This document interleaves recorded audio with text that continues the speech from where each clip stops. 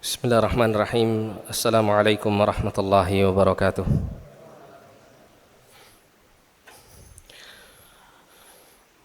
Innal hamdalillah nahmaduhu wa nasta'inuhu wa nastaghfiruh wa na'udzu billahi min shururi anfusina wa sayyiati a'malina. Man yahdihillahu fala mudilla lahu wa man yudlil fala hadiya lahu. Asyhadu an la ilaha illallah wahdahu la syarika lahu wa asyhadu anna Muhammadan 'abduhu wa rasuluh. قال الله تعالى في كتابه الكريم يا أيها الذين آمنوا اتقوا الله حق تقاته ولا تموتن إلا وأنتم مسلمون يا أيها الناس اتقوا ربكم الذي خلقكم من نفس واحدة وخلق منها زوجها وبث منهما رجالا كثيرا ونساء واتقوا الله الذي تساءلون به والأرحام إن الله كان عليكم رقيبا يا أيها الذين آمنوا اتقوا الله وقولوا قولا سديدا يصلح لكم أعمالكم ويغفر لكم ذنوبكم ومن يطع الله ورسوله فقد فاز فوزا عظيما اللهم صل وسلم وبارك وأنعم على نبينا محمد وعلى آله وصحبه ومن تبعهم بإحسان إلى يوم الدين معاشر المسلمين والمسلمات رحمني ورحمكم الله Alhamdulillah, pada kesempatan yang mulia ini kita diberikan hidayah dan taufik oleh Allah Subhanahu wa taala untuk bisa bersama-sama duduk di salah satu rumah Allah yang mulia dalam rangka untuk melaksanakan ibadah yang mulia pula. Kita berkumpul dalam rumah Allah ini dalam rangka untuk membaca ayat-ayat Al-Qur'an, hadis-hadis Nabi-Nya sallallahu alaihi wasallam, dan insyaallah taala kita akan membahas ilmu yang bermanfaat. Kita berharap mudah-mudahan kita digolongkan sebagai hamba-hamba Allah Subhanahu wa taala yang dinyatakan oleh Nabi-Nya sallallahu alaihi wasallam, man yuridillahu bihi khairan yufaqihu fid din. Barang siapa yang Allah taala kehendaki untuk mendapatkan kebaikan yang sangat banyak, maka Allah Subhanahu wa taala akan fahamkan baginya tentang agamanya. Dan kita berharap pula mudah-mudahan kita digolongkan oleh Allah Subhanahu wa taala ke dalam golongan orang-orang yang disabdakan oleh Nabi sallallahu alaihi wasallam, man salaka tariqan yaltamisu fihi ilman sahalallahu lahu bihi tariqan ilal jannah. Barang siapa yang menempuh satu perjalanan atau berusaha untuk menempuh satu cara untuk mencari ilmu agama Allah Subhanahu wa taala, maka kelak Allah akan mudahkan baginya jalan menuju surganya, amin ya rabbal alamin. Tapi kita akan membahas satu tema yang merupakan cita-cita bagi seorang mukmin untuk bisa meraihnya. Itu kita berusaha untuk membahas tentang kaitannya dengan manisnya iman. Ikhwani wa akhwati fillah rahimani wa rahimakumullah. Terdapat satu hadis Nabi sallallahu alaihi wasallam, hadis yang diriwayatkan oleh sahabat Anas bin Malik radhiyallahu anhu, dari Nabi sallallahu alaihi wasallam bahwa beliau bersabda, "Thalathun man kunna fihi wajada bihinna halawatal iman." Ada tiga perkara yang apabila tiga perkara ini ada pada diri seorang hamba, maka dia akan bisa merasakan halawatul iman. Halawah itu kalau dalam bahasa kita artinya adalah rasa manis. Halawatul iman berarti manisnya keimanan. Yang pertama Nabi mengatakan an yakunallahu wa rasuluhu ahabba ilaihi mimma siwahuma, yaitu apabila Allah dan Rasulnya lebih dia cintai daripada segala apa yang selain keduanya. Wa an yuhibbal mar'a la yuhibbuhu illallah wa an yuhibbal mar'a la yuhibbuhu illa lillah. Dan dia mencintai seseorang, tidaklah dia mencintainya kecuali karena Allah. Ini yang kedua. Kemudian yang ketiga Nabi mengatakan wa an yakraha an ya'uda fil kufri ba'da an anqadhahu Allahu minhu. Dan seseorang itu membenci untuk kembali kepada kekufuran setelah Allah Subhanahu wa taala menyelamatkan dirinya dari kekufuran tersebut. kama yakrahu an yuqdhafa finnar, sebagaimana dia benci untuk dilemparkan ke dalam api atau ke dalam neraka. Hadis ini muttafaqun alaih. Hadis yang disepakati kesahihannya oleh dua imam ahli hadis, yaitu Imam Al-Bukhari dan Imam Muslim dalam sahih keduanya. Kalau Anda menemukan hadis yang disebutkan sebagai hadis muttafaqun alaih, hadis yang disepakati kesahihannya, ini merupakan tingkatan hadis yang paling tinggi dari sisi tingkatan kesahihannya. Ilmu yang seperti ini dipelajari di dalam ilmu yang namanya mustalahul hadis. Ya, di situ akan diterangkan hadis yang paling sahih, tingkatannya paling tinggi, kualitas kesahihannya adalah hadis yang muttafaqun alaih. Hadis yang dicantumkan oleh Imam Al-Bukhari dalam sahihnya dan juga dicantumkan oleh Imam Muslim dalam sahihnya. Kemudian tingkatan hadis sahih yang kedua di bawahnya muttafaqun alaih itu adalah hadis sahih yang diriwayatkan oleh Imam Al-Bukhari dalam sahihnya, bukan dalam kitabnya yang lain ya, tapi dalam sahihnya. Karena kitab Imam Al-Bukhari ini banyak, di antara kitab hadis beliau selain kitab Sahihul Jami', beliau memiliki kitab yang judulnya adalah Al-Adabul Mufrad. Yang dalam kitab Al-Adabul Mufrad itu ya, beliau mengumpulkan hadis-hadis tentang adab dan akhlak, tapi beliau tidak terlalu menyeleksi hadisnya seperti halnya beliau menyeleksi hadis-hadis yang ada dalam kitab sahihnya. Sehingga terkadang mungkin ditemukan adanya hadis yang lemah misalnya. Tapi kalau Sahih Al-Bukhari, para ulama sepakat bahwa dia merupakan kitab kedua yang paling sahih setelah Al-Quranul Al-Karim. Kemudian yang ketiga adalah hadis yang dikeluarkan oleh Imam Muslim dalam sahih beliau. Ini adalah tingkatan hadis-hadis sahih. Yang paling tinggi adalah muttafaqun alaih. Ini hanya sekedar sekilas saja. Tapi kita kembali pada hadis ini. Nabi SAW mengatakan dalam kalimat yang beliau sampaikan dalam hadis ini, beliau menjelaskan ada 3 perkara yang apabila 3 perkara ini terdapat pada diri seorang hamba, maka dia akan bisa merasakan manisnya iman. Nabi mengatakan adanya halawatul iman, manisnya iman. Ini menunjukkan bahwa iman itu bisa dirasakan kelezatannya oleh orang yang memilikinya. Dan kelezatan iman ini akan pula dirasakan oleh seseorang manakala dia mendekatkan diri kepada Allah dengan senantiasa melaksanakan perintah-perintahnya dan menjauhi larangannya. Dia akan bisa merasakan kelezatan ibadah dengan adanya kelezatan iman pada dirinya. Dia akan bisa merasakan nikmatnya sholat, nikmatnya zikir, nikmatnya membaca Al-Quran, nikmatnya menuntut ilmu, nikmatnya berusaha meninggalkan perkara yang haram. Itu semuanya kan dirasakan kelezatannya. Namun kelezatan yang dirasakan di sini sifatnya bukan kelezatan secara zahir. Manisnya iman ini tidak dirasakan seperti layaknya kita minum sesuatu yang manis seperti madu atau ya kita makan makanan yang manis, tidak demikian. Namun manisnya iman ini akan dirasakan oleh hati, oleh jiwa manusia yang ya, kenikmatan manisnya iman itu akan benar-benar lebih nikmat daripada segala sesuatu berupa makanan atau minuman yang manis yang dirasakan kelezatannya oleh lisan manusia atau lidah manusia.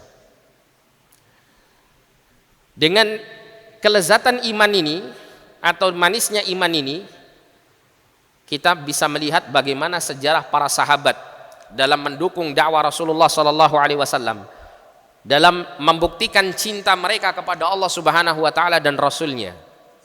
Mereka rela untuk mengorbankan apa yang mereka miliki.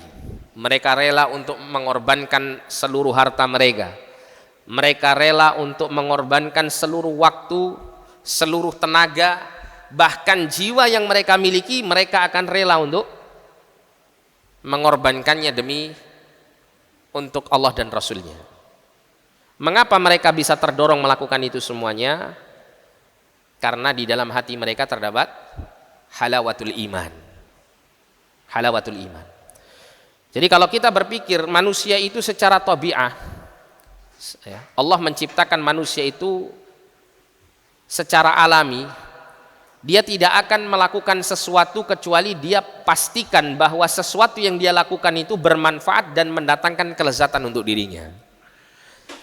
Anda tidak akan melakukan bekerja kalau pekerjaan Anda itu tidak memberikan keuntungan atau sesuatu yang akan mendatangkan kelezatan dalam kehidupan Anda.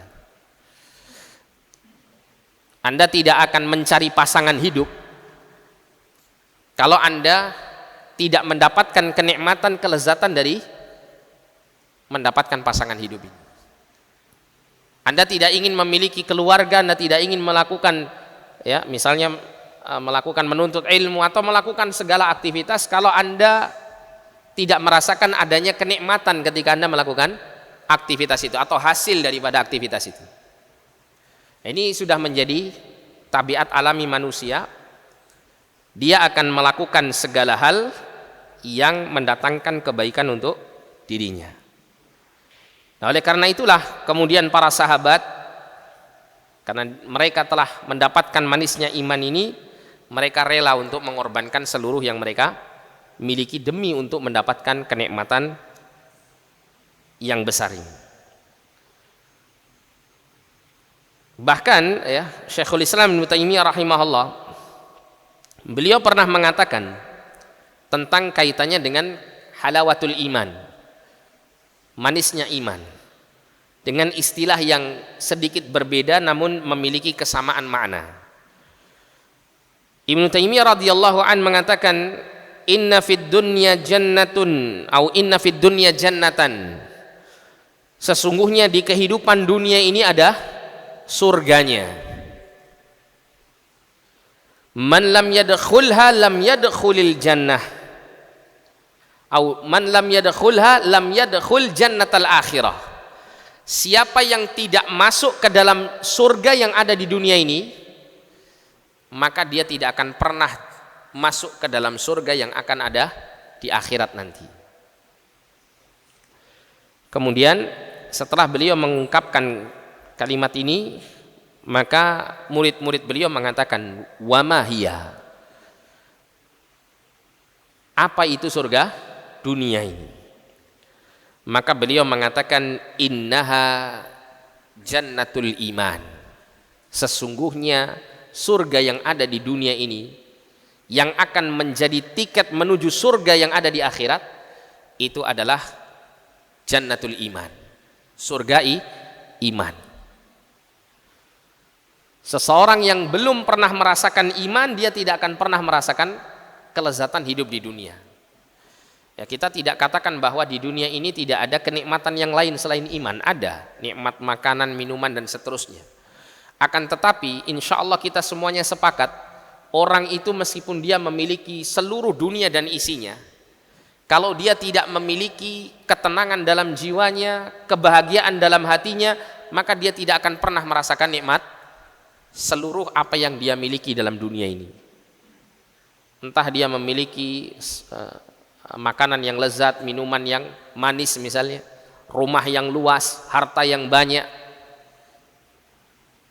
kemudian memiliki pasangan hidup yang tampan atau cantik, punya istri banyak misalnya itu ya, atau semua nikmat-nikmat yang lain dalam kehidupan dunia ini, kalau mereka miliki, kemudian mereka tidak memiliki jannatul iman dalam hatinya, maka bisa dipastikan tidak akan pernah mereka mendapatkan kehidupan yang membahagiakan. Karena jalan kebahagiaan itu adalah dengan iman, sebagaimana Allah Subhanahu wa taala sebutkan dalam Quran surah An-Nahl ayat 97. Surah An-Nahl ayat 97 Allah mengatakan, man 'amila salihan min dzakarin aw untha wa huwa mu'minun falanuhyiyannahu hayatan thayyibah. Allah Subhanahu wa taala berfirman, barang siapa yang melakukan amal yang saleh, baik dari kalangan laki-laki maupun perempuan, sedangkan dia termasuk dari golongan orang yang beriman, Anda perhatikan di sini. Orang yang memiliki iman dan dia mewujudkan imannya dalam amal salehnya. Entah dia laki-laki, entah dia perempuan. Apa yang akan diperolehnya? Allah mengatakan fala nuhyiyannahu hayatan thayyibah. Maka kami, kata Allah, benar-benar sungguh-sungguh akan memberikan kehidupan pada dirinya dengan kehidupan yang thayyibah, kehidupan yang baik, kehidupan yang membahagiakan. Ya. Kehidupan yang membahagiakan yang dimaksud di sini adalah kehidupan fid dunya, kehidupan di dunia. Kemudian Allah mengatakan wala najziyannahum ajrahum bi ahsani ma kanu ya'malun. Dan kami benar-benar sungguh-sungguh akan memberikan kepada mereka balasan berupa pahala untuk mereka dengan pahala yang lebih baik dari apa yang telah mereka lakukan, yang telah mereka kerjakan dari iman dan amal saleh yang mereka miliki. Yaitu ketika nanti di akhirat. Ini adalah satu-satunya jalan seseorang untuk meraih kebahagiaan hidup. Jadi kalau seandainya Anda melihat ada orang kok dia imannya tidak ada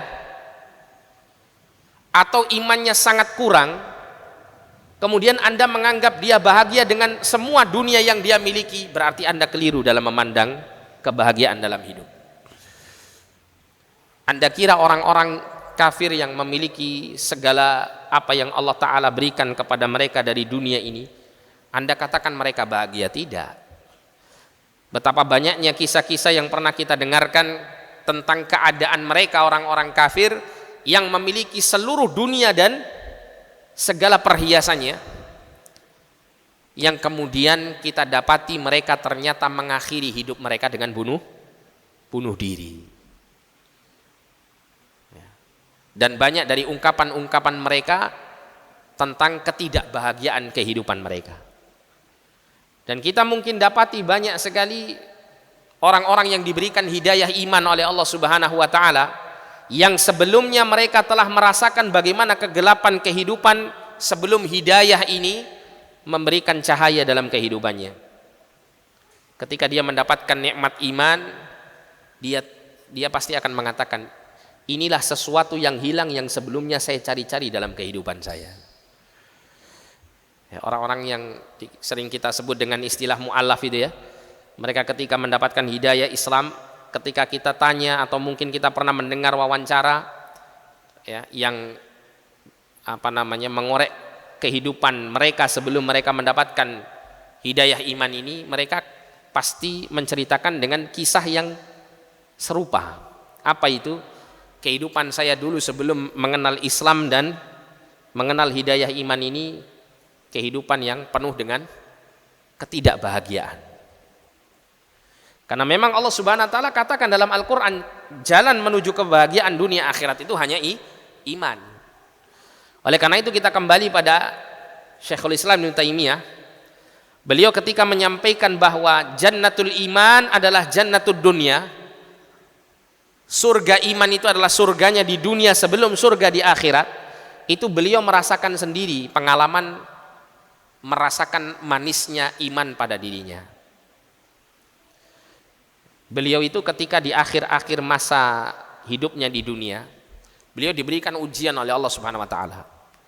Ujiannya beliau ini dipenjara oleh rezim pada saat itu. Dan pada saat di dalam penjara, muridnya bernama Imam Ibnul Qayyim Al-Jauziyah rahimahullah, beliau menceritakan, kami murid-murid beliau yang hidup merdeka tanpa dipenjara di luar, ketika kami menghadapi berbagai macam cobaan hidup dalam dakwah ini, maka kami akan mencari hiburan dan motivasi kepada guru kami yang ada di penjara. Bayangkan orang di penjara bisa menularkan kebahagiaan kepada orang yang di luar penjara. Seharusnya orang kalau di penjara itu kan orang paling sengsara, kan begitu? Karena segala aktivitasnya serba dibatasi. Makan dan minum pun juga ditentukan oleh pihak yang memenjarakan, kan gitu. Berbeda dengan orang yang merdeka, yang bebas, yang di luar tidak dikekang segala aktivitasnya. Tapi Imam Ibnul Qayyim mengatakan demikian. Ketika kami menghadapi berbagai macam cobaan dan tantangan dalam hidup, kami mendatangi guru kami melihat keadaan beliau, kami mendengarkan nasihat beliau, maka pada saat itu semua kesulitan-kesulitan dan kegundahan dalam hati kami semuanya hilang, berganti dengan ketenangan dan kebahagiaan. Orang yang seperti ini sudah tingkatan kebahagiaannya luar biasa.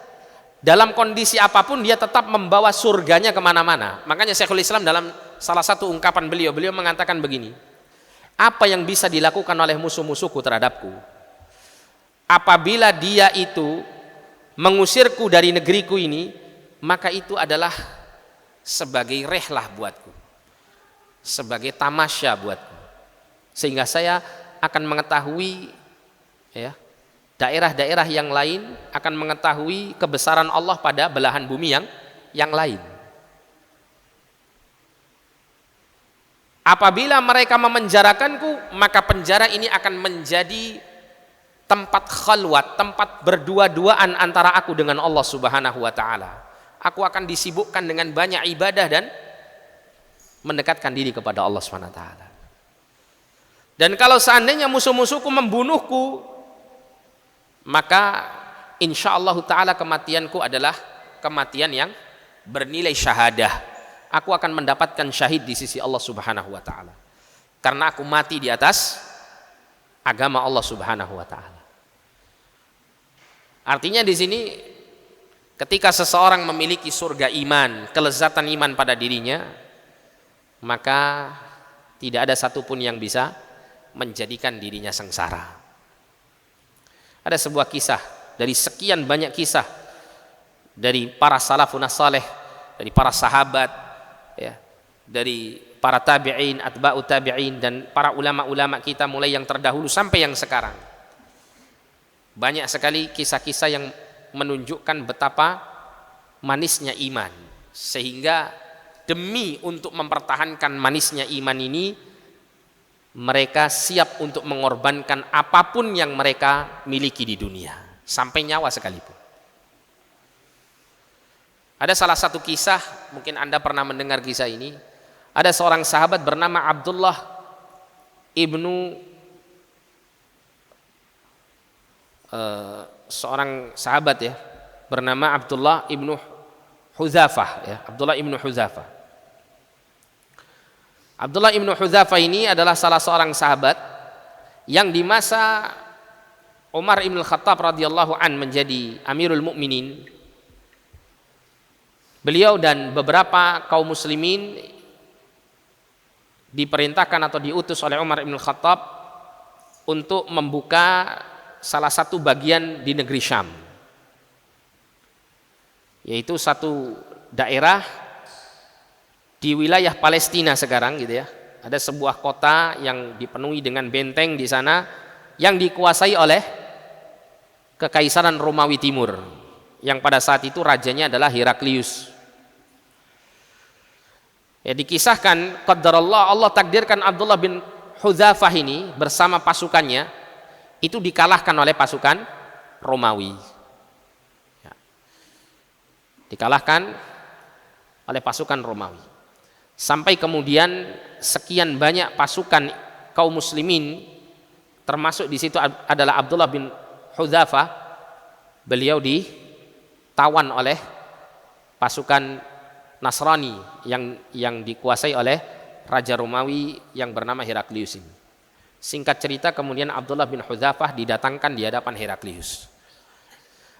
Abdullah bin Hudzafah kemudian ditawari oleh Raja Heraklius,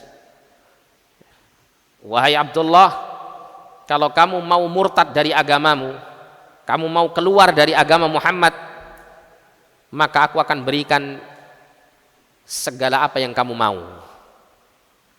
Kamu minta harta berapapun, saya akan kasih, saya akan memberikannya. Maka Abdullah bin Hudzafah karena memiliki iman yang kokoh, merasakan betapa manisnya iman dalam dirinya, dia mengatakan, aku tidak akan pernah meninggalkan agama Muhammad sallallahu alaihi wasallam. Maka kemudian Heraklius pun mengatakan, wahai Abdullah, aku akan memberikan penawaran yang lain.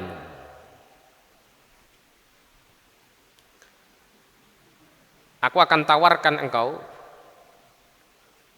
jika kamu mau masuk ke dalam agama Nasrani, maka aku akan menikahkan engkau dengan putriku. Ini kesempatan luar biasa kan itu ya. Nikah sama anaknya raja. Artinya kalau nikah sama anaknya raja, nanti rajanya mangkat jadi raja kan begitu ya. Tapi apa kata Abdullah? Lah, tidak. Kalau begitu aku tawari kamu menjadi orang yang paling dekat denganku kedudukannya. Ini pun juga peluang menjadi raja juga terbuka lebar untuknya. Dia mengatakan tidak. Kemudian Heraklius sampai mengatakan begini, aku akan membagi kerajaanku ini, setengahnya untukmu, setengahnya untukku, dan seluruh harta yang aku miliki aku akan bagi menjadi dua. Bagian setengah untukku, setengahnya lagi untuk kamu. Syaratnya masuk agama Nasrani. Kita kalau misalnya dalam kondisi ditangkap orang, terancam nyawa, terus dikasih tawaran begini, kira-kira gimana? Terima enggak? Terima dulu, nanti balik lagi ke Islam kan gitu ya. Sudah diterima, sudah keluar, gak balik nengis Islam. Habis sudah gitu. Tapi Abdullah ibnu Hudzafah memiliki jannatul iman fi qalbihi. Dia punya apa? Surga iman dalam hatinya. Dia menganggap dunia itu hakir, sesuatu yang kecil. Dia mengatakan tidak. Bahkan Abdullah bin Hudzafah mengatakan, wallahi demi Allah, kalau seandainya engkau wahai kaisar ya, wahai raja Romawi, memberikan seluruh kerajaan dan hartamu kepadaku untuk membuatku keluar dari agama Muhammad, wallahi tidak akan pernah saya lakukan. Akhirnya raja Romawi ini putus asa menawarkan kebaikan-kebaikannya untuk Abdullah. Nah, jalan yang lain berarti kalau nggak bisa dikasih tawaran kenikmatan, berarti harus dipaksa dengan kekerasan gitu. Akhirnya dipaksalah Abdullah bin Hudzafah ini dengan cara diintimidasi. Dimasukkan dia ke dalam penjara, tidak diberikan makan selama 3 hari. Pada saat hari yang keempat diberikan makanan, tapi berupa babi dan arak. Makanan yang diharamkan dalam Islam. Selama berhari-hari makanan itu tidak disentuh sama sekali oleh Abdullah bin Hudzafah. Sampai dalam kondisi lemas yang hampir mati, maka Abdullah bin Hudzafah ini didatangkan lagi di hadapan Heraklius. Heraklius berkata, mengapa engkau tidak mau memakannya? Maka dia mengatakan, ya, sesungguhnya dalam agama kami, agama Islam, dalam kondisi darurat untuk menyelamatkan nyawa, itu dibolehkan untuk makan makanan yang haram, sekedarnya untuk menyelamatkan nyawa dirinya.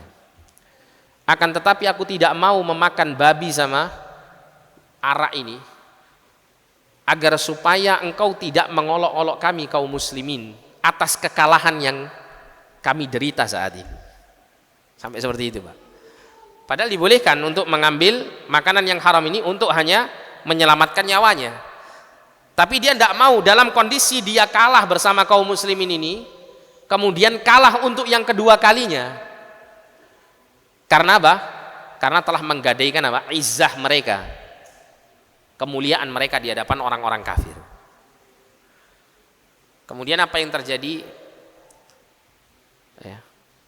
Kaisar Romawi ini memaksa dia untuk keluar dari Islam. Kalau kamu tidak mau, aku akan membunuhmu. Silakan saja, bunuh saja saya. Sampai kemudian disaliblah Abdullah ibnu Hudzafah ini, dan kemudian diperintahkan para pasukan pemanah dengan jumlah yang cukup banyak untuk siap memanah Abdullah bin Hudzafah dengan jarak yang dekat. Tapi Abdullah bin Hudzafah diam saja. Tanda dia siap untuk mati. Ini karena apa? Jannatul iman. Sampai kemudian Raja Romawi ini putus asa untuk membuat Abdullah bin Hudzafah ini murtad dari agamanya.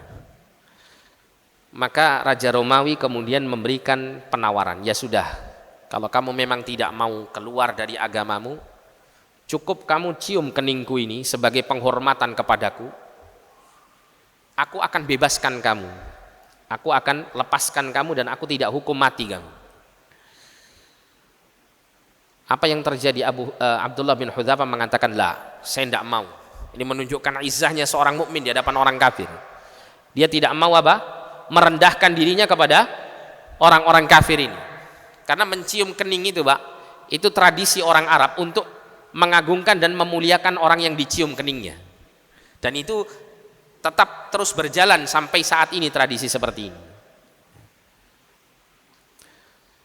Kemudian Abdullah bin Hudzafah mengatakan, baiklah, aku mau mencium keningmu, tapi bukan aku saja yang kau bebaskan, tapi kau juga membebaskan 300 tentara kaum muslimin yang kau penjarakan saat ini. Akhirnya apa yang terjadi?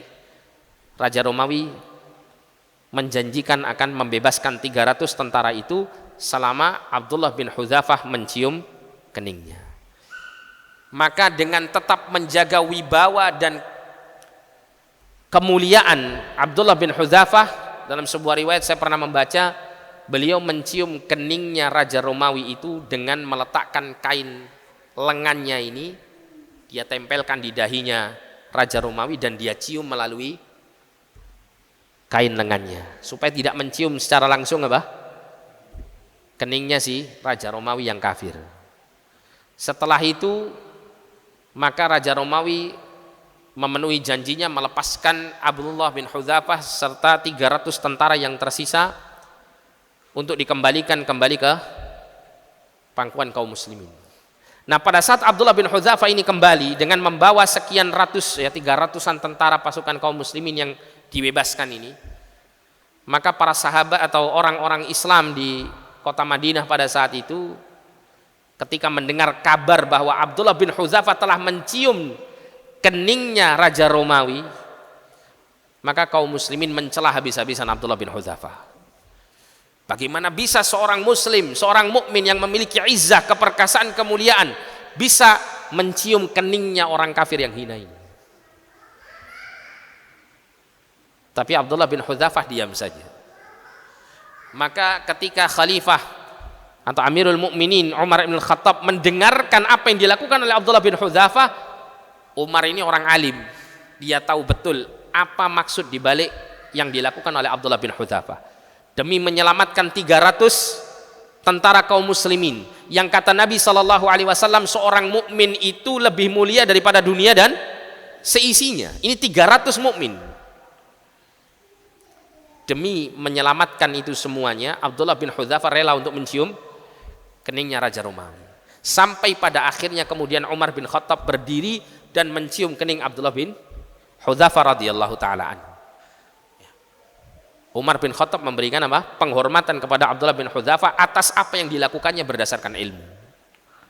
Sampai kemudian Umar pun memerintahkan kepada seluruh para sahabat atau seluruh kaum muslimin di situ untuk mencium keningnya Abdullah bin Hudzafah radhiyallahu anhu.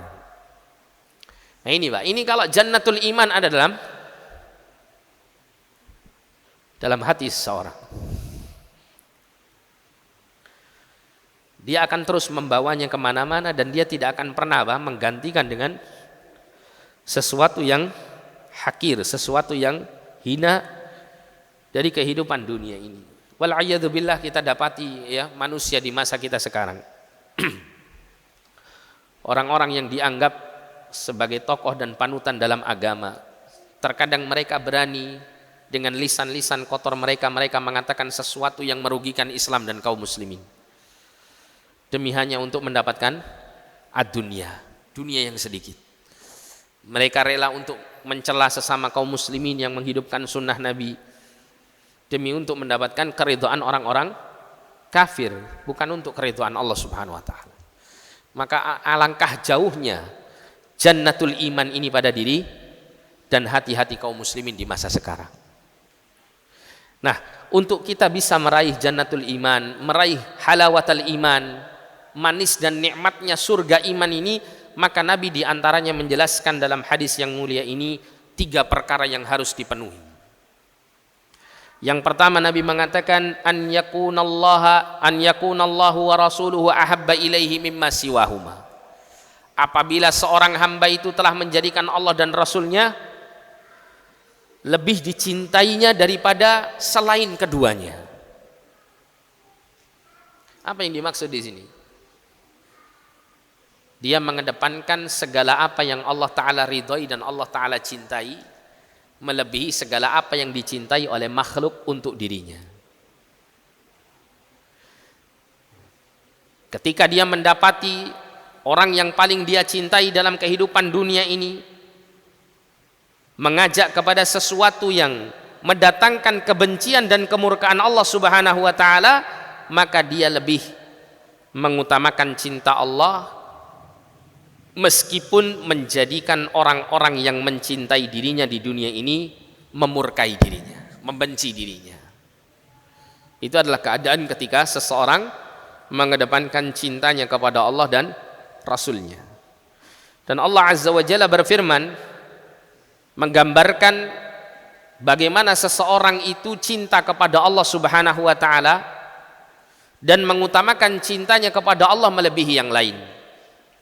Allah Azza wa Jalla berfirman dalam Quran surah At-Taubah ayat 24. Allah mengatakan kul in kana aba'ukum, katakan wahai Muhammad, apabila orang tua kalian, wa abna'ukum dan anak keturunan kalian, wa ikhwanukum dan saudara-saudara kalian, wa azwajukum dan istri-istri suami-suami kalian, wa ashiratukum dan keluarga kalian, wa amwalun iqtaraftumuha dan perdagangan bisnis yang kalian harapkan keuntungannya, wa tijaratun takhshawna kasadaha dan perdagangan yang kalian khawatirkan kerugiannya, wa masakinu tardawnaha dan tempat-tempat tinggal yang kalian cintai, ahabba ilaikum minallah, lebih kalian cintai daripada Allah, wa rasulihi dan rasulnya, wa jihadin fi sabilihi dan berjihad di jalannya. Maka Allah mengatakan kepada mereka fatarabbasu, maka tunggulah oleh kalian, fatarabbasu hatta ya'tiyallahu bi amri, tunggulah kalian dengan azab Allah Subhanahu wa taala yang akan datang kepada kalian. Wallahu la yahdil qaumal fasiqin, dan Allah itu tidak memberikan hidayah kepada orang-orang yang berbuat fasik. Artinya ketika seseorang itu mencintai Allah dan Rasulnya, maka dia harus mengedepankan cinta Allah dan Rasulnya melebihi yang lain. Meskipun yang lain ini maksudnya adalah orang-orang terdekat kita, orang-orang yang kita cintai. Ketika orang tua kita, anak-anak kita, istri dan suami kita, atau urusan kepentingan dunia kita bersinggungan dengan apa? Kecintaan kita kepada Allah dan Rasulnya, maka yang dikedepankan adalah cinta Allah dan Rasulnya. Kira-kira berat atau super berat ini? Ini bukan perkara yang ringan. Coba kita bayangkan, ketika kita memiliki orang tua yang sangat kita cintai, ketika kita tahu bahwa orang tua kita ini kecenderungannya suka bermaksiat kepada Allah dan mengajak kita dengan sungguh-sungguh untuk bermaksiat kepada Allah Subhanahu wa taala, mana yang akan kita kedepankan? Cinta kita kepada orang tua ataukah cinta kita kepada Allah? Pada saat kita berada di keadaan di mana perdagangan kita ini akan mendapatkan keuntungan yang sangat besar, namun di situ terdapat perkara yang mendatangkan murka Allah, entah akadnya akad ribawi misalnya, atau transaksi yang terjadi itu adalah transaksi yang diharamkan oleh Allah Subhanahu wa taala. Tapi di situ terdapat peluang besar untuk mendapatkan keuntungan yang setinggi-tingginya. Apakah kita mengedepankan keuntungan duniawi tersebut, ataukah kita mengedepankan cinta kita kepada Allah dan Rasulnya dengan meninggalkan segala apa yang Allah Ta'ala murkai? Disinilah keadaan iman kita itu diuji. Jika kita bisa mengedepankan Allah dan Rasulnya dalam hidup kita, maka kita akan mendapatkan satu apa? Satu alamah, satu tanda bahwa kita kelak akan bisa merasakan halawatul iman, manis dan lezatnya iman dalam diri kita. Para ulama menjelaskan kenapa orang itu tidak bisa merasakan lezatnya iman, sehingga tidak bisa mendapatkan pengaruh-pengaruh dari seluruh amal solehnya. Dia sholat, tapi dia tidak pernah merasakan manfaat dan kelezatan sholat yang dilakukan. Dia berzikir, tapi dia tidak pernah merasakan kelezatan zikirnya. Dia membaca Al-Quran, tapi membaca Al-Quran hanya sampai hanajiruhum, sampai pada kerongkongannya, belum sampai masuk ke dalam hatinya, sehingga dia tidak pernah merasakan lezat dan manisnya membaca Al-Quran. Kata para ulama, dikarenakan hati dan jiwanya sakit. Seperti orang itu kalau fisiknya sakit, ketika dia minum sesuatu yang manis atau makan makanan yang lezat, semua rasanya akan terasa pahit di lidahnya, kan begitu. Apalagi kena COVID kan gitu ya. Katanya COVID itu malah tidak bisa merasakan apa-apa, tidak bisa mencium aroma lezatnya, aroma harum makanan dan minuman, dan tidak bisa merasakan manis dan gurihnya makanan dan minuman. Demikian pula jiwa manusia, ketika jiwa itu dalam keadaan sakit, maka dia tidak akan pernah bisa merasakan manisnya iman. Dia tidak akan pernah bisa merasakan lezatnya beribadah kepada Allah Subhanahu wa taala. Padahal Nabi SAW pernah mengatakan, "Ya Bilal, arihna bis shalah." Wahai Bilal, istirahatkan kami ini dengan mengerjakan sholat, kumandangkan azan, agar hati kami ini sudah tenang dari kerepotan, kesulitan duniawi yang kami hadapi. Jadi casnya seorang mukmin, ya, ketenangan seorang mukmin itu terletak pada ibadahnya kepada Allah Subhanahu wa taala. Tapi kalau ada seseorang mengaku dirinya mukmin, mengaku dirinya muslim, tapi dia belum bisa merasakan kenikmatan dan kelezatan ibadah yang dilakukannya, berarti jiwanya ada yang sakit.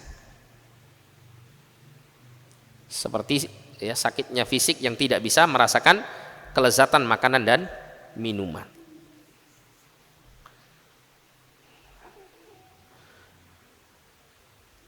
Kemudian disebutkan di sini an yakunallahu wa rasuluhu, yaitu menjadikan Allah dan Rasulnya lebih dia cintai daripada keduanya. Kecintaan kita kepada Rasulullah Sallallahu Alaihi Wasallam itu adalah sebagai wujud kecintaan kita kepada Allah Subhanahu Wa Taala. Jadi tambahan huruf wawu di situ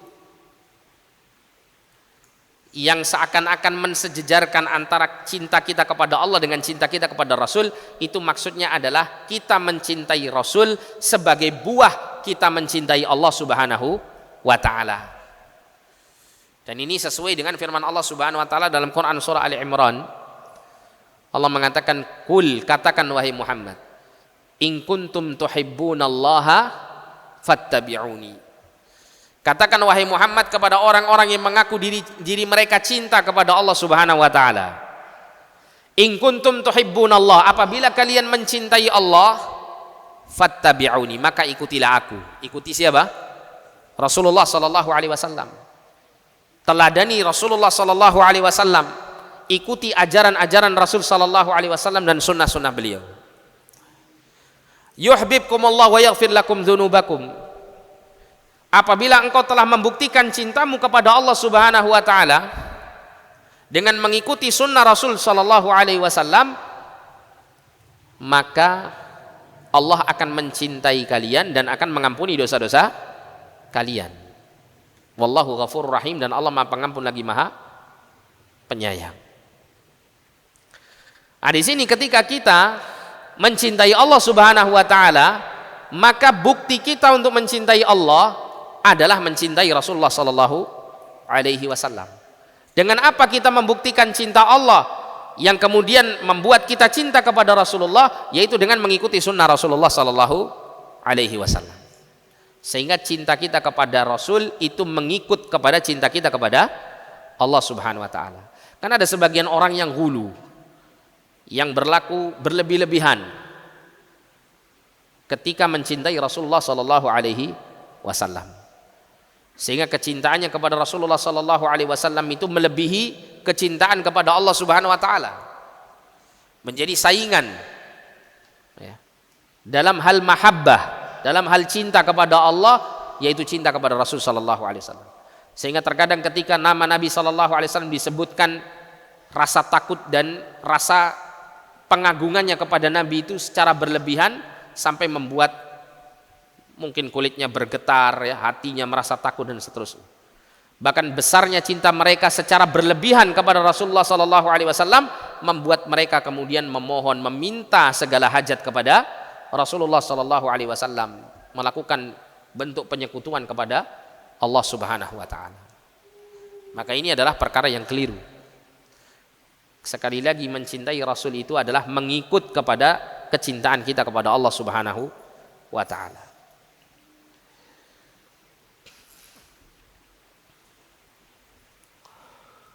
Kemudian yang berikutnya, wa an yuhibbal mar'a la yuhibbuhu illa lillah. Yang kedua, seseorang akan mampu mencapai jannatul iman, surga keimanan di dunia ini, sehingga dia akan merasakan lazzatut ta'a wal ibadah, kelezatan ketaatan dan beribadah kepada Allah, halawatul iman, manisnya iman, apabila wa an yuhibbal mar'a la yuhibbu illa lillah. Ketika dia mencintai seseorang, dia tidak landasi kecintaannya kepada orang tersebut kecuali lillahi ta'ala, karena Allah Subhanahu wa ta'ala. Dia mencintai seseorang karena orang tersebut memang layak untuk dicintai karena Allah Subhanahu wa ta'ala. Karena dia cinta kepada Allah, karena Allah cinta kepada dia, ya, dan kita ketahui melalui ciri-ciri secara zahir yang dia lakukan. Karena ketaatan yang dia lakukan, kecintaan dia kepada agama Allah Subhanahu wa taala, kecintaan dia kepada kalimat la ilaha illallah, kecintaan dia kepada sunnah Rasulullah sallallahu alaihi wasallam, itu yang membuat kita cinta kepada dirinya. Dan manakala seseorang cinta mencintai karena Allah Subhanahu wa taala dan ya, bertemu karena Allah, berpisah karena Allah, bertemu bersama-sama dalam rangka mentaati Allah, bertemu bersama-sama dalam mewujudkan ibadah kepada Allah, bertemu bersama-sama dalam rangka bertakarrub kepada Allah Subhanahu wa taala, dan pada saat berpisah pun juga karena Allah Subhanahu wa taala.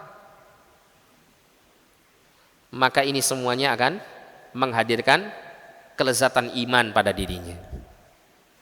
Alhamdulillah, kita bersyukur kepada Allah. Kita dikumpulkan di Masjid Al-Hidayah ini. Kita berkumpul bersama-sama karena mengharap keridhaan Allah Subhanahu wa taala.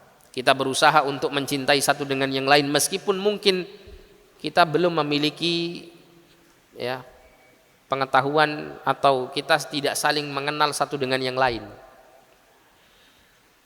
Tapi kita dikumpulkan oleh Allah bersama-sama demi untuk mewujudkan cinta kita kepada Allah Subhanahu wa taala dan ketaatan kepadanya.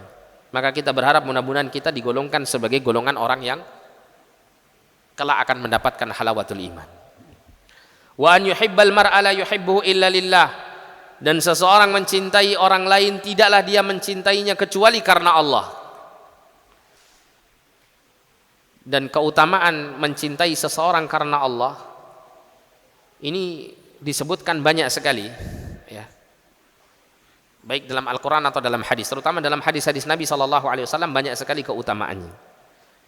Di antara keutamaan yang menunjukkan rasa cinta yang dibangun karena Allah kepada manusia, itu diantaranya adalah seperti dalam Quran surah Al-Fath ayat yang ke-29.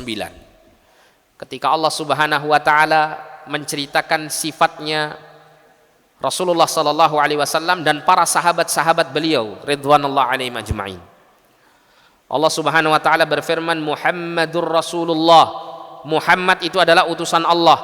Walladzina ma'ahu asyidda'u 'alal kufari ruhama'u bainahum, dan orang-orang yang bersama beliau mereka adalah manusia-manusia yang asyidda'u 'alal kufar, mereka keras tegas menghadapi orang-orang kafir. ruhama'u bainahum. Tapi mereka saling menjalin kasih sayang di antara mereka. Menjalin kasih sayang di antara kaum mukminin. Mereka para sahabat adalah cerminan dan contoh terbaik, keteladanan yang paling utama dalam mewujudkan cinta dan mencintai karena Allah Subhanahu wa taala. Sehingga ada konsep yang namanya al-ithar. Di antara mereka ada yang mengamalkan al-ithar. Al-ithar itu mengutamakan saudaranya sesama mukmin dibandingkan dirinya dalam urusan dunia. Yang itu dia lakukan demi mengharap keridhaan dan kecintaan Allah Subhanahu wa taala. Ya, sampai kita dapati ya keadaan mereka itu mengutamakan yang lain padahal dalam kondisi dia akan mati. Seperti pernah dalam satu peperangan itu ada beberapa sahabat yang terluka. Salah satu sahabat ini meminta kepada sahabat yang merawat ya para mujahidin yang terluka ini, dia minta air. Ma, tolong saya dikasih air. Maka datanglah sahabat yang merawat dengan membawa air, akan diminumkan kepada sahabat yang meminta, sebelahnya minta ma air. Maka orang yang dalam kondisi kehausan ketika sakarat ini mengalihkan air yang akan dia minum kepada kawan sebelahnya. Berikan kepada sebelahku. Ketika sahabat yang membawa air ini datang ke sebelahnya, sebelahnya minta air, ma berikan kepada saudaraku yang di sebelah ini. Datanglah ke orang yang ketiga, seterusnya sampai semua orang yang ada di situ meninggal semuanya tanpa minum seteguk pun air, karena mewujudkan ithar dalam kehidupannya yang terakhir ketika menghadapi sakaratul maut. Bayangkan orang mau mati nih Pak, bisa mengutamakan saudaranya sama mukmin demi mengharap ridha Allah. Ini kalau bukan orang yang benar-benar mencintai seseorang kecuali karena Allah, ini tidak akan pernah bisa terjadi. Demikian pula Allah mengatakan dalam surah Al-Hasyr ya, ayat 9. Allah mengatakan walladzina tabawwa'ud dara wal imana min qablihim yuhibbuna man hajara ilaihim. Dan orang-orang yang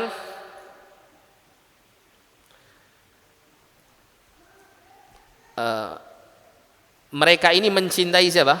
Para muhajirin, yaitu kalangan dari orang-orang Ansar. Allah menceritakan tentang keadaan orang-orang Ansar ini yang mencintai dengan kecintaan yang besar kepada orang-orang muhajirin. Apakah orang-orang Ansar mencintai para muhajirin yang hijrah dari kota Mekkah ke kota Madinah dengan meninggalkan seluruh hartanya demi mengharap ridha Allah dan demi menjalankan perintah Rasulullah SAW? Itu dia ya menyambut dan memberikan pertolongan kepada orang-orang muhajirin ini dalam rangka mencari kehidupan dunia. Enggak. Apa yang mereka dapatkan dari dunia ketika mereka menyambut orang-orang muhajirin yang enggak punya apa-apa? Tapi mereka lakukan, mereka tolong, mereka cintai orang-orang muhajirin lillahi ta'ala, karena mengharap ridha Allah Subhanahu wa ta'ala. Maka disitulah kemudian Allah memuji mereka orang-orang Ansar. Bahkan juga Nabi SAW mengatakan bahwasanya innallaha ta'ala yaqul, Allah Subhanahu wa ta'ala berfirman dalam hadis dikeluarkan Imam Muslim ya, hadis yang sahih. Innallaha ta'ala yaqulu yaumal qiyamah, sesungguhnya Allah Ta'ala berfirman pada hari kiamat, ainal mutahabbuna bijalali, siapakah dulu orang-orang yang saling cinta mencintai karena kemuliaan dan keagunganku. Maksudnya cinta mencintai karena Allah. Al yauma udhilluhum fi dhilli yauma la dhilla illa dhilli. Pada hari ini kata Allah, aku akan berikan naungan mereka ke dalam naunganku pada hari di mana tidak ada naungan kecuali naunganku. Naungan ini sangat-sangat dibutuhkan pada kehidupan manusia ketika di yaumul qiyamah. Karena apa? Karena matahari itu didekatkan oleh Allah 1 mil di atas kepala manusia. Yang mana Nabi SAW menjelaskan bahwa orang-orang yang berada di kehidupan akhirat yang berat ini pada yaumul qiyamah ini, karena sebab panas teriknya matahari ini, ada di antara mereka yang dibanjiri oleh keringat mereka sendiri. Ada yang sampai ditenggelamkan oleh Allah dengan keringat mereka sendiri. Ya, kondisi yang sangat panas dengan waktu yang sangat lama, nggak mati-mati kena panas. Bayangkan. Ya. panas yang luar biasa. Kita saja akhir-akhir ini karena ya kita melihat kondisi siang hari di kota kita ini sangat panas, kita coba ya berpanas-panas ria di luar gitu ya. Kira-kira sanggup enggak 1 jam saja kita berdiri di tempat yang tidak ada naungan sama sekali. Tak kuat gitu. Ini dikatakan oleh Nabi SAW 50.000 tahun kita akan berdiri nanti di padang mahsyar. Yang mana kalau kita sebagai orang-orang yang beriman, yang taat kepada Allah, kita akan mendapatkan naungan seperti layaknya orang-orang yang disebutkan oleh Allah dalam hadis qudsi ini. Mereka adalah orang-orang yang al-mutahabuna bijalali, saling cinta mencintai karena keagunganku, karena Allah Subhanahu wa taala. Kemudian yang ketiga, yang terakhir, wa an yakraha an ya'uda fil kufri ba'da an anqadhahu Allahu minhu. Dan dia benci untuk kembali kepada kekufuran setelah Allah menyelamatkan dirinya dari kekufuran tersebut, kama yakrahu an yuqdhafa finnar, sebagaimana dia membenci untuk dilemparkan ke dalam api, ke dalam api neraka. Ini adalah perkara yang ketiga yang seharusnya seorang mukmin untuk mewujudkannya dalam kehidupannya. Apa itu? Yaitu dia membenci kekufuran. Konsekuensi seseorang itu beriman itu adalah benci dengan perkara yang merusak keimanannya, perkara yang membatalkan keimanannya, yaitu kesyirikan dan kekufuran.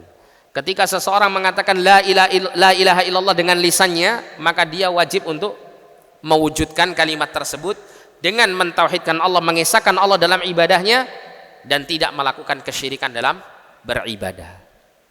Sehingga pada dirinya itu ada yang namanya at-takhliyah wa tahliyah. At-takhliyah wa tahliyah. Jadi seseorang itu dia harus membersihkan seluruh jiwanya, dirinya ini dari berbagai macam perkara-perkara yang merusak keimanannya. Dan kemudian dia hiasi hatinya itu dengan cahaya iman yang lurus, dengan mentauhidkan Allah Subhanahu wa taala dan menjalankan ketaatan kepada Allah Subhanahu wa taala. Ya, termasuk juga ketika seseorang membenci kekufuran, dia juga membenci para pelaku-pelaku kekufuran. Dan Allah Subhanahu wa taala yang menjelaskan seperti di dalam Quran surah Al-Mumtahanah. Dalam surah Al-Mumtahanah, Allah Subhanahu wa taala menceritakan tentang Nabiullah Ibrahim alaihissalam. Bagaimana Nabiullah Ibrahim alaihissalam memberikan keteladanan kepada kita dalam kaitannya dengan membenci kekufuran dan ahli kekufuran. Allah Subhanahu wa taala berfirman dalam surah Al-Mumtahanah surat yang ke-60 ayat yang ke-4. Allah mengatakan qad kanat lakum uswatun hasanatun fi Ibrahim. Sungguh terdapat uswah hasanah, keteladanan yang baik bagi kalian pada diri Ibrahim. Walladzina ma'ahu, dan orang-orang yang bersamanya, orang-orang yang mengikuti Ibrahim alaihissalam. Idh qalu liqaumihim, ketika mereka mengatakan kepada kaum mereka, inna bura'a'u minkum wa mimma ta'buduna min dunillah, sesungguhnya kami berlepas diri dari kalian dan dari apa saja yang kalian sembah dari selain Allah Subhanahu wa taala. Kafarna bikum wa bada bainana wa bainakumul adawatu wal baghdha'u abadan hatta tu'minu billahi wahdah. Kami mengingkari apa yang ada pada kalian dan telah tampak jelaslah permusuhan dan kebencian antara kami dengan kalian. Hatta tu'minu billahi wahdah, sampai kalian beriman kepada Allah Subhanahu wa taala saja, sampai kamu mentauhidkan Allah Subhanahu wa taala.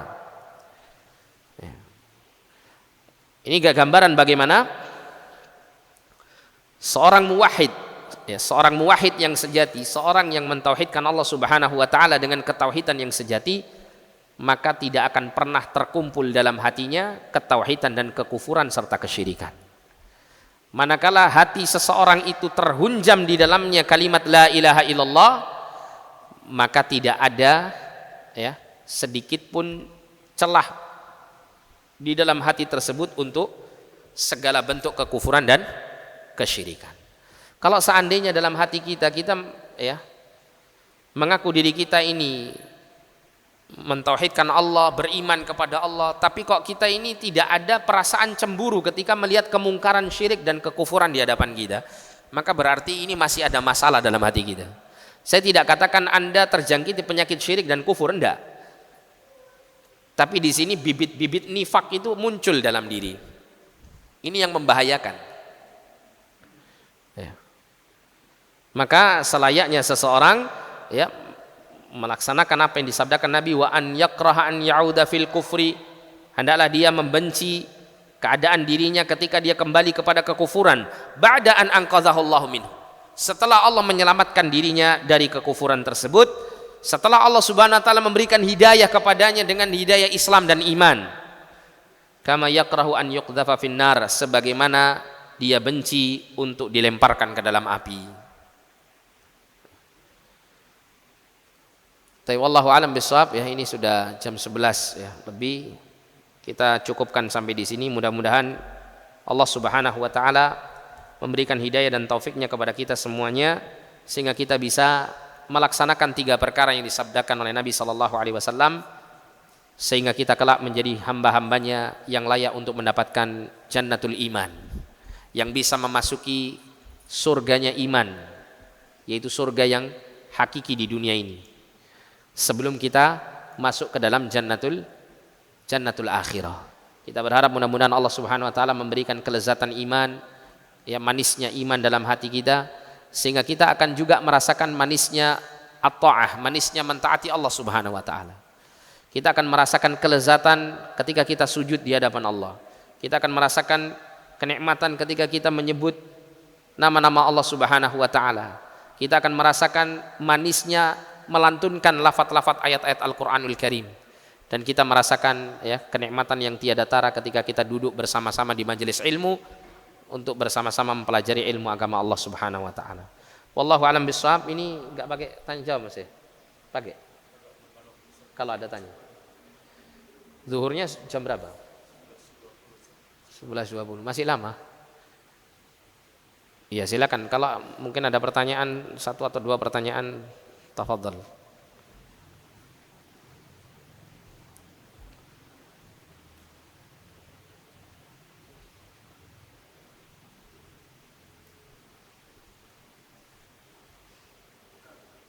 Iya.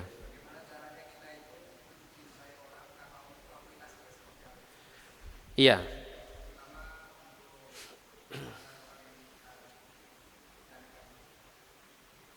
Pasangan kita gitu ya. Jadi mencintai karena Allah Subhanahu wa taala itu maknanya adalah kita mencintai orang itu karena dia taat kepada Allah. Ya, kita mencintai orang tersebut karena dia adalah orang yang cinta kepada Allah Subhanahu wa taala. Seperti contoh ketika kita memiliki istri ya, misalnya. Kita ingin mencintai istri kita karena Allah. Ketika kita melihat istri kita dalam ketaatan, kita akan mendukungnya, dan kita mencintai dia karena ketaatannya. Dan ketika dia melakukan kemaksiatan, kita membencinya karena dia telah melakukan sesuatu yang dibenci oleh Allah Subhanahu wa taala. Dan kadar cinta dan benci ini ya kadarnya sesuai dengan ketaatan dan kemaksiatan yang dilakukan oleh pasangan kita. Itu namanya mencintai karena Allah. Bukan sebaliknya, ketika kita cinta sama dia, mau dia melakukan maksiat atau melakukan taat, sama saja cintanya. Sama-sama kita dukung. Bahkan sebaliknya kita lihat ada banyak pasangan-pasangan suami istri itu, kalau lihat istri atau suaminya berubah jadi baik, dia malah cekot-cekot hati ini, kan gitu ya.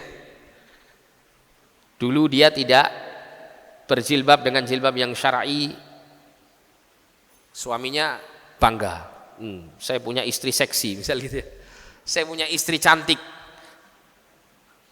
Kalau ada walimahan atau resepsi pernikahan selalu di bawah, karena bangga punya istri cantik. Tapi ketika istrinya hijrah, taubat kepada Allah atas dosa dan kesalahannya, berusaha untuk memenuhi kewajibannya, diantaranya menutupi auratnya dengan sempurna, suaminya benci dengan perubahan istrinya. Ini adalah cinta mencintai bukan karena Allah. Bahkan ini adalah berbahaya bagi keimanan suaminya tadi. Dan cinta mencintai karena Allah pun mendorong suami untuk memperbaiki keadaan istrinya. Mungkin ketika istrinya bermaksiat, suaminya mengetahui, si suami memiliki kecemburuan karena ada iman dalam hatinya. Ini perkara yang dimurkai oleh Allah, tidak disukai oleh Allah, dilakukan oleh istrinya, maka dia akan perbaiki keadaan istrinya. Ya, dia nasihati dengan baik, ya. Dia bimbing istrinya untuk meninggalkan maksiat yang dilakukannya tersebut. Maka inilah cinta mencintai karena Allah. Dan Allah Subhanahu wa taala mengatakan al-akhillau yauma idzin ba'duhum li ba'din adu ilal muttaqin. Allah mengatakan kekasih-kekasih yang dulu menjalin kasih sayangnya, cinta mencintainya di dunia ini bukan karena Allah, itu nanti di akhirat akan saling bermusuhan satu dengan yang lain, kecuali orang-orang yang bertakwa, kecuali orang-orang yang mengikat cinta mencintainya karena ketakwaan, karena Allah Subhanahu wa taala. Itu nanti yang akan kekal abadi cintanya, dan Allah kumpulkan mereka bersama orang-orang yang mereka cintai dalam naungan yauma la dzilla illa dzilli, kata Allah, pada hari di mana tidak ada naungan kecuali naunganku. Bahkan dalam riwayat yang lain disebutkan mereka itu berada di atas mimbar min manabiri, dari mimbar-mimbar al-jannah, dari mimbar-mimbar surga. Mereka adalah orang-orang yang saling cinta mencintai karena Allah, mereka bertemu karena Allah dan berpisah karena Allah Subhanahu wa taala. Bisa dipahami ya, gambarannya seperti itu. Wallahu a'lam. Iya.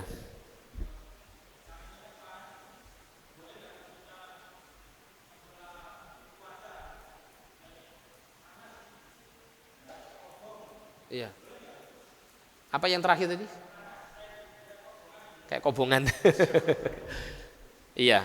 Boleh tidak kita mengatakan ketika kita terkena panas, kemudian kita mengatakan, panas ya, gitu ya. Kalau sifatnya min babil khobar, ya. Kalau niatnya itu hanya untuk mengabarkan kondisinya memang panas sekarang ini, maka tidak apa-apa, tidak ada masalah. Tapi kalau kata-kata panas itu difahami sebagai sebuah celaan, ya, maka yang seperti ini tidak diperbolehkan. Ya, tidak diperbolehkan. Seperti misalnya orang mengatakan saya hari ini sial, misal gitu ya. Sial saya hari ini, katanya. Kalau yang dimaksud dia mengabarkan keadaan sialnya di hari itu, gitu ya.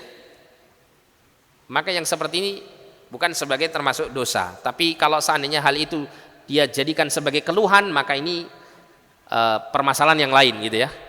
Tapi kalau sifatnya itu dia hanya mengabarkan, maka yang seperti ini tidak ada masalah, tidak berpengaruh pada akidahnya. Tapi kalau yang dimaksud itu adalah sial, yang dimaksud itu adalah harinya memang Allah ciptakan itu hari yang sial, maka ini tidak boleh. Karena ini mengandung apa? Mengandung pencelaan kepada waktu. Kalau dia berkeyakinan bahwa hari itu yang membuat dia sial, di luar takdir Allah Subhanahu wa taala, dia meyakini bahwa hari yang dia lalui itulah yang membuat dia sial, maka ini kesyirikan. Karena yang menentukan seseorang mendapatkan manfaat dan mudarat itu siapa? Hanya Allah Subhanahu wa taala. Hari itu tidak memberikan manfaat dan mudarat apa-apa. Maka ketika dia meyakini ada hari sial, ada ya waktu-waktu yang bisa mendatangkan kesialan pada dirinya, maka ini termasuk bentuk kesyirikan. Ya, wallahu a'lam bishawab. Jadi apa kesimpulannya, Mas? Tidak boleh. Kalau mencela tidak boleh, sifatnya mencela tidak boleh. Tapi kalau hanya merasa memberikan kabar, iya panas ya sekarang ini ya, tidak apa-apa. Ya, tidak apa-apa. Kalau maksudnya mengeluh, ini pun juga lebih baik tidak dilakukan. Aduh panas sih, misal gitu. Lebih baik tidak dilakukan. Wallahu a'lam bishawab. Saya kira cukup ya. Kita tutup dengan doa kafaratul majelis, kurang lebihnya saya mohon maaf. Subhanakallahumma wa bihamdika asyhadu an la ilaha illa anta astaghfiruka wa atubu ilaik. Sallallahu ala nabiyyina Muhammadin wa ala alihi wa sahbihi wasallam. Wa akhiru da'wana alhamdulillahi rabbil alamin wa lafu minkum. Assalamu alaikum warahmatullahi wabarakatuh.